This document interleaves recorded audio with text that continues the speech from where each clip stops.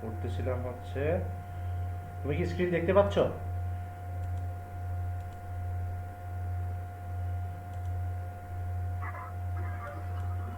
না। এখন দেখতে পাচ্ছ? জি স্যার, পারতেছি। ওকে, তো দেখো আমরা প্রথম যেটা করছি সেটা হচ্ছে choose the best answer from the alternative. Surrounding level means adjacent level, এটা তুমি বলেছো এর আগে। Which of the following describe the Somapura Mahavihara best, এটা হচ্ছে এক নম্বর উত্তর, এ ফেমাস আর্কিওলজিক্যাল সাইট। আর সি পড়েছে হচ্ছে ancient monument preservation act is related to dash archaeology, এটাও তুমি পড়া শেষ হয়েছে। এখন আমরা দেখব ডি নাম্বার। ডিতে বলা হয়েছে which of the statements is not true, নিচের কোনটা সঠিক নয়? সম্পূর্ণ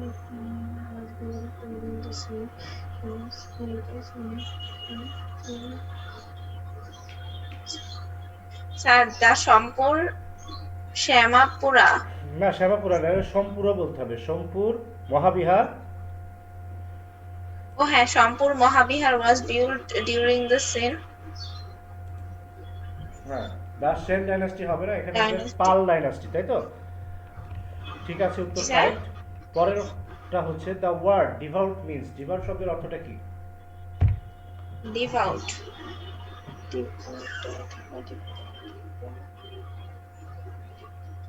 sir, devoted. Devoted correct answer. Devout হচ্ছে ডিভোটেড। ওকে, তারপর হচ্ছে F, it is named so for its dash.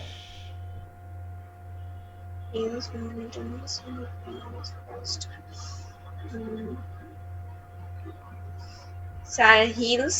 Hills, ঠিক আছে, এটা কারেক্ট অ্যান্সার। এটা এরকম নাম হয়েছে হিলের কারণে। পরের প্রশ্ন বলছে ইন দ্য ফরেস্ট, জঙ্গলে আ টেম্পল ওয়াজ ডিসকভার্ড, একটা মন্দির আবিষ্কার করা হয়েছিল, which was about dash meter high, যেটা dash meter high. Sir, 24 meters high. আচ্ছা, 24 মিটার হাই কারেক্ট অ্যান্সার। পরের প্রশ্ন হচ্ছে sir Alexander visited the area, Alexander এই জায়গাটা ভ্রমণ করেছিলেন কত সালে? ইন ড্যাশ 1879 সালে। 1879। Okay, fine. পরের প্রশ্ন হচ্ছে a large and wider excavation was planned by dash, মানে বৃহৎ খনন করার পরিকল্পনা করা হয়েছিল ড্যাশের দ্বারা, কার দ্বারা?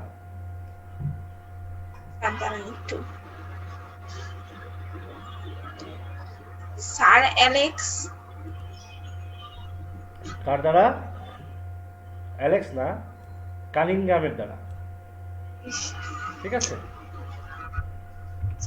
পরের প্রশ্ন archaeological survey of India declared the area protected in dash, ভারতের আর্কিওলজিক্যাল সার্ভে প্রতিষ্ঠানটি ঘোষণা করেছিল এই এলাকাকে সংরক্ষিত কত সালে? 1919 সালে। 1919।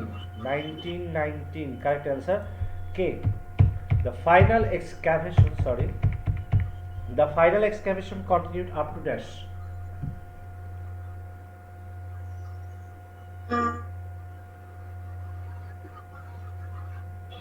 1926 to 1927। না, ফাইনাল দেখো লেখা আছে হচ্ছে এই 1990, মানে শেষ হয়েছে কবে, কন্টিনিউড আপ টু, কতক্ষণ পর্যন্ত চলেছে। একটা আছে 1988 সাল, 89 সাল থেকে 1990 91 সাল পর্যন্ত, এটা লেখা আছে শেষে, দেখছো? খুঁজে পাইছো? হ্যাঁ হ্যাঁ স্যার। মনে থাকবে, এটা কন্টিনিউড হয়েছিল আজ পর্যন্ত। তারপরে বলছে after the independence of Bangladesh, বাংলাদেশের স্বাধীনতার পরে এক্সক্যাভেশন রিজিউমড, এক্সক্যাভেশনটা আবার শুরু হয়েছিল কত সালে? ইন্ডিপেন্ডেন্স। স্বাধীনতা যুদ্ধের পর, বাংলাদেশের স্বাধীনতার পরে কবে থেকে শুরু হয়েছিল খনন কাজটা? ও, in 1981 to 82। Correct answer. M, Sompur Mahavihara was famous all over dash, Bengal Sompur Mahavihara বিখ্যাত ছিল ড্যাশ জুড়ে, দ্য ওয়ার্ল্ড। না, ওয়ার্ল্ড না, ওটা হচ্ছে বেঙ্গল অ্যান্ড সাউথ এশিয়া। বাংলা। বেঙ্গল মানে বাংলা অ্যান্ড সাউথ এশিয়া, দক্ষিণ এশিয়া, ঠিক আছে। পরের প্রশ্ন, জি sir. Sompur Mahavihara was built by dash. Mahi.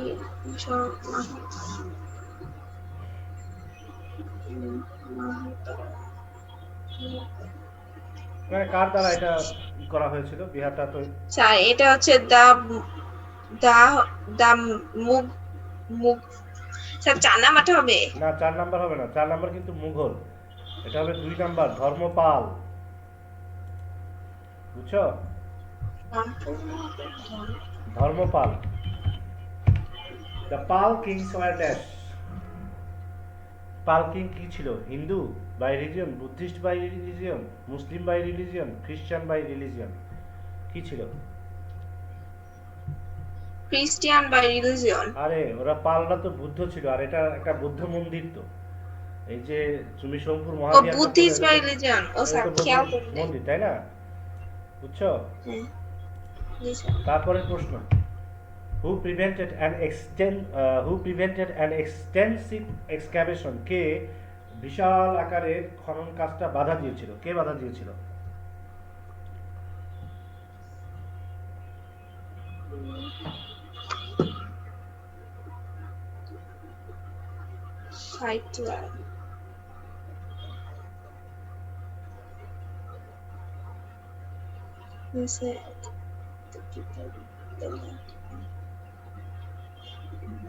Cunningham. না, বাধা দিয়েছিল জমির মালিক। কানিংহাম কাটতে গেছিল, যে অনেক কাটবে, কিন্তু ওনারে বাধা দিছে কে? জমির মালিকে, বুঝছো? ক্লিয়ার? হ্যালো, জি স্যার। বুঝছো তো?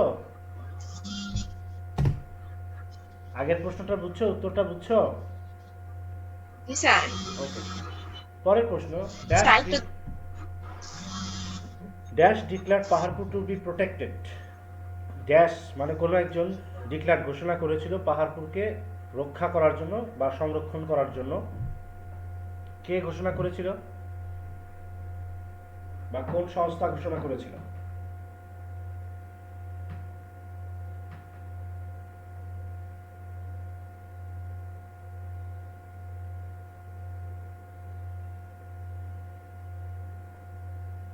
বলো। জি স্যার, ওই যে একটা ফোন আসছিল তো এর জন্য।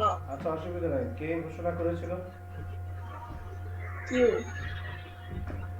স্যার কিউ নাম্বারটা না? হ্যাঁ, Q. Q declare dash declare Paharpur to be protected.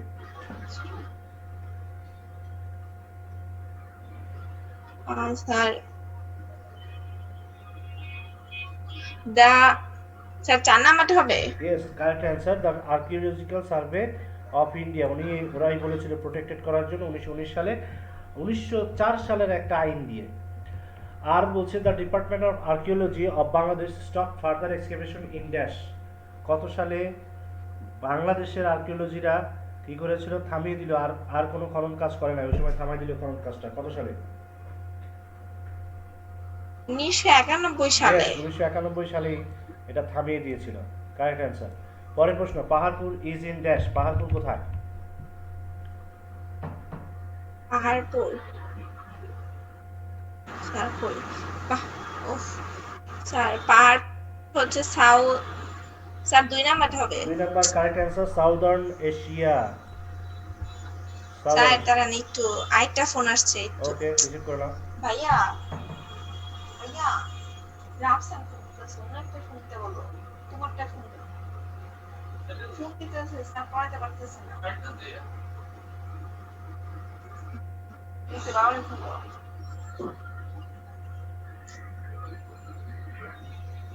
G sir. Okay, পরের প্রশ্ন, give short answer to the following questions. নিচের প্রশ্নগুলোর সংক্ষিপ্ত উত্তর দাও। ওরা বলল কি, locate Somapura Mahavihara with its height, মানে কোন জায়গায় সোমপুর মহাবিহার সেই স্থানটা নির্ণয় করে দাও এটার উচ্চতা সহকারে।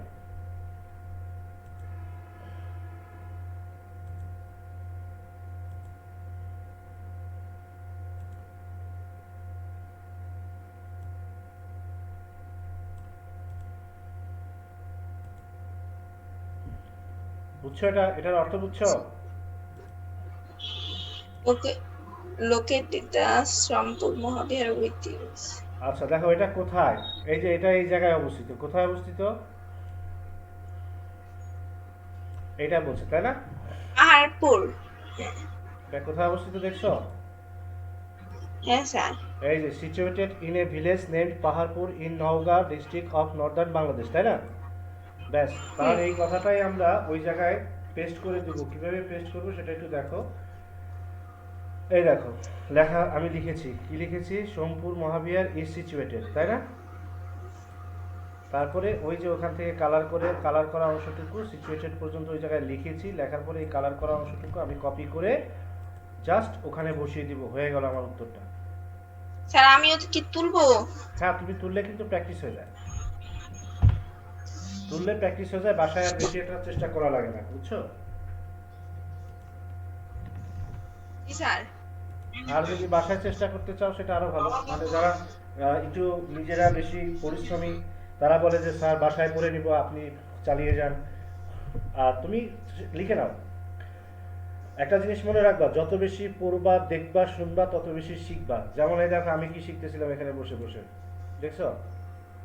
Shadell, and it's very easy. All you need to do, you need to enjoy, relax, and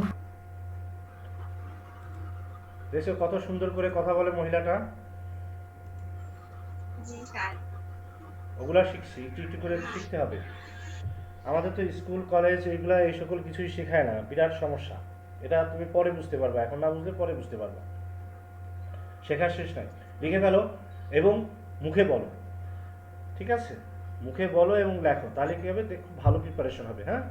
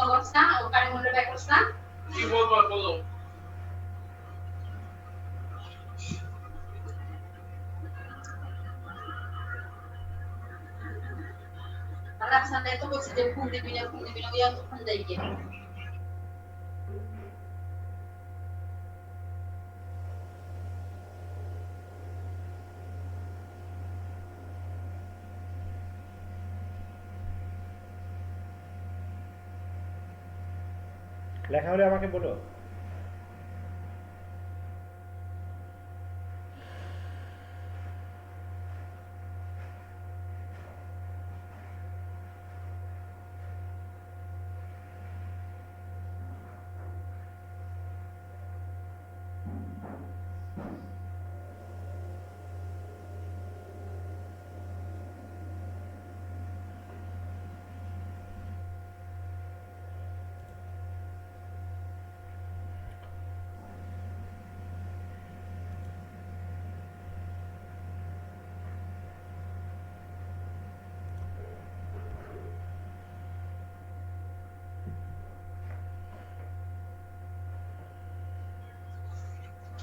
sir তোলা হয়েছে?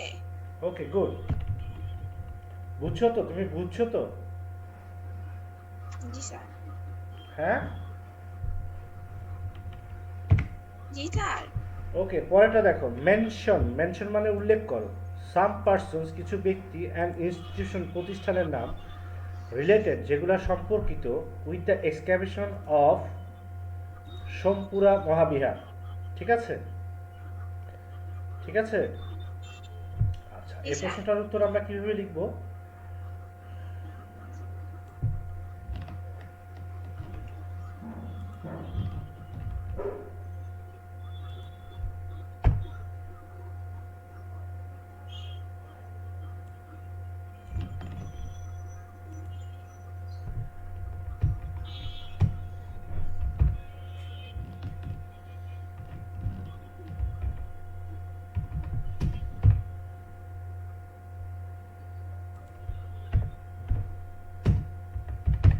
ব্যাস, এবার দেখো কিভাবে উত্তরটা লিখলাম। হ্যাঁ,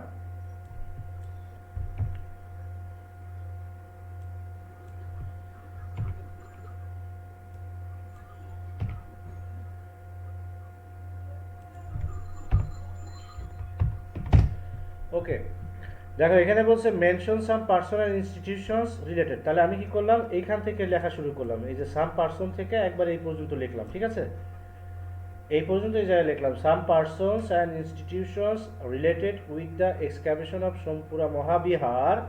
এরপর লিখলাম আর লেখা কোন কোন পার্সন ছিল, স্যার আলেকজান্ডার ছিল তুমি জানো, তারপর কানিংহাম ছিল সেটাও তুমি জানো, the archaeological survey of India ছিল, এরাও করেছে, আর দ্য বারান্দ রিসার্চ সোসাইটি, এরা সবাই কি করেছে, এটার সাথে রিলেটেড ছিল। ঠিক আছে, বুঝতে পারছো এটা?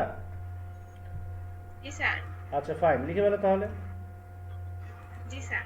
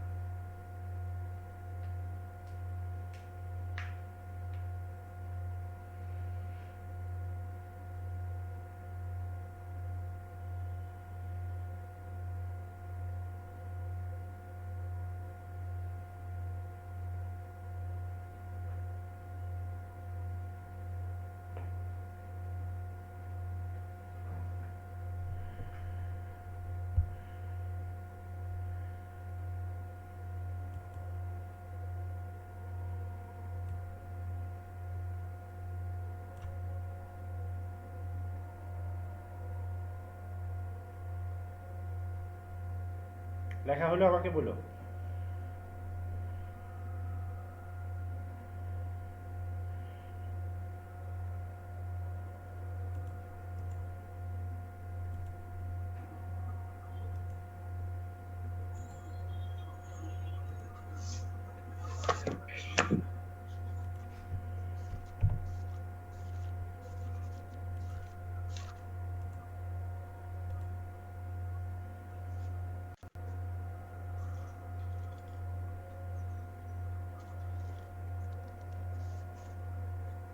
স্যার সাম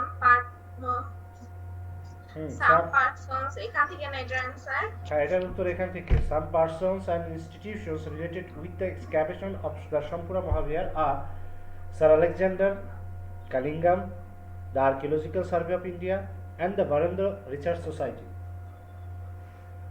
শুধুমাত্র এই আরটা বসাইতে হবে, এতটুকু জানলেই বাকি উপরে প্রথম অংশ বসতে, আর পরে এগুলো বই থেকে ওই কারা কারা সম্পর্কিত ছিল তাদেরকে কথা আমি উল্লেখ করে দিলাম, হয়ে গেল।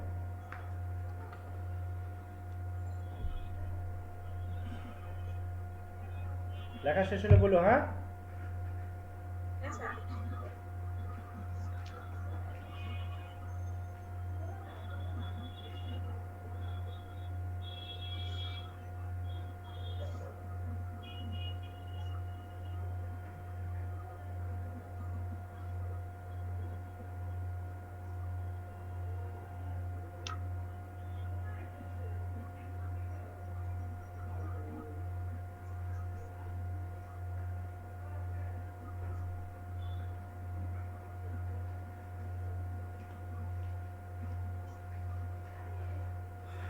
আল্লাহ।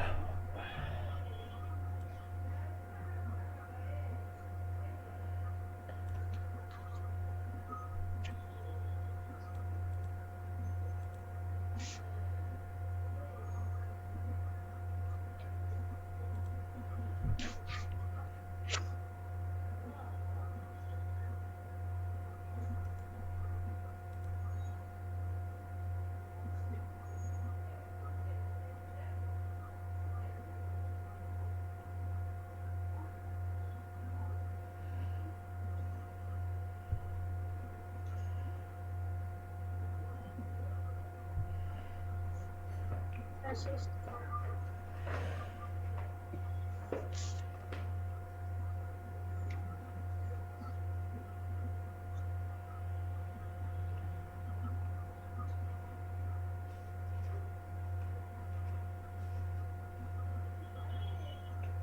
তালিকা শেষ। Okay fine.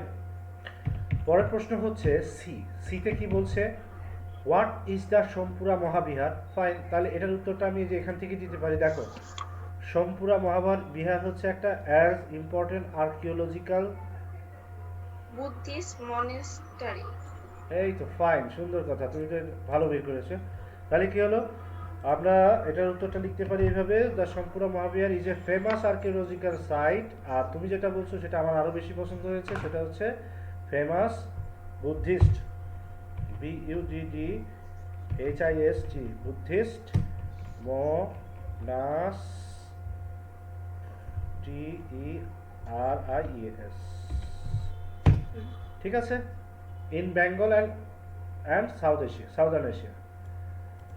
বুঝছো? আরেকটা বিষয় সময় মাথায় রাখতে হবে, সেটা হচ্ছে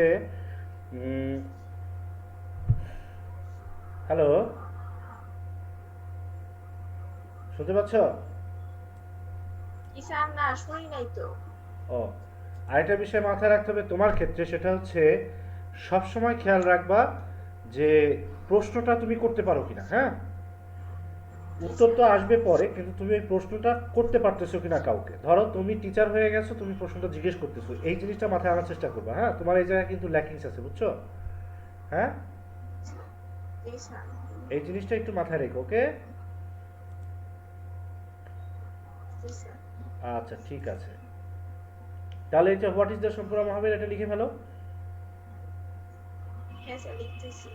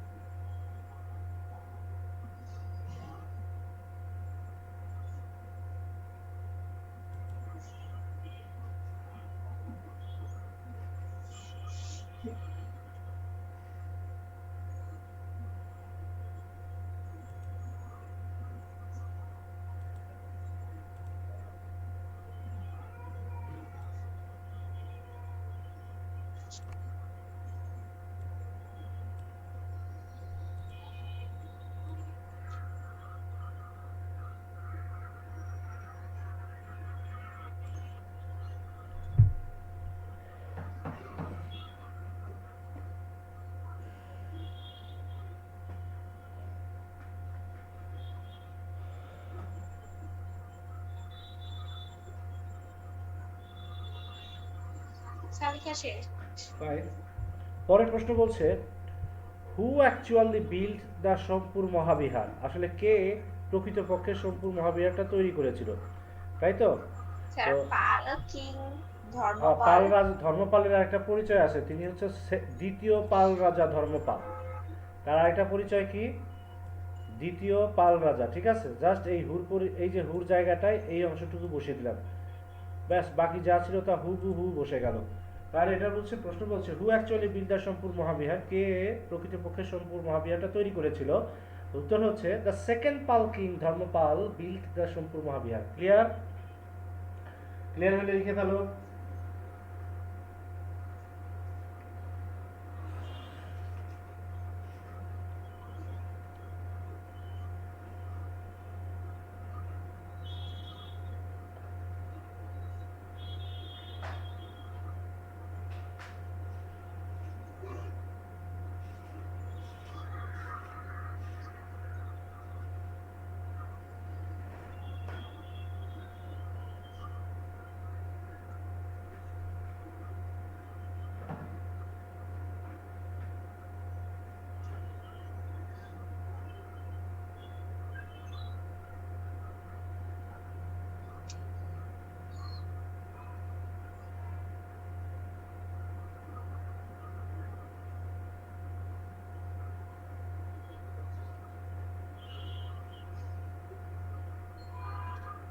স্যার, তৈরি উঠানো শেষ। শেষ, ওকে। পরের প্রশ্ন বলছে, why did the Pala rulers found a number of monasteries? সুন্দর কথা। তো প্রথমে আমরা এই যে এখান থেকে এতটুকু লিখবো, পাল রুলার্স, আর যেহেতু এ পাশে ডিড আছে তাই এখানে ডি দিব, ফাউন্ডেড, তারপর বাকি অংশ এখানে রয়ে গেল। ঠিক আছে, এরপরে দেবো বিকজ, তার কারণ দে ওয়ার ডিভাউট বুদ্ধিস্ট, একেবারে হুবহু লাইনটা লেখা আছে, দে ওয়ার ডিভাউট বুদ্ধিস্ট, কারণ তারা ছিল ধর্মপ্রাণ বুদ্ধ। বুঝছো? জি স্যার। যেহেতু ধর্মপ্রাণ বুদ্ধ ছিল তাই তারা বেশি বেশি করে ওই রকম মনাস্টারি তৈরি করেছে। ব্যাস, উত্তরটা লিখে ফেলো।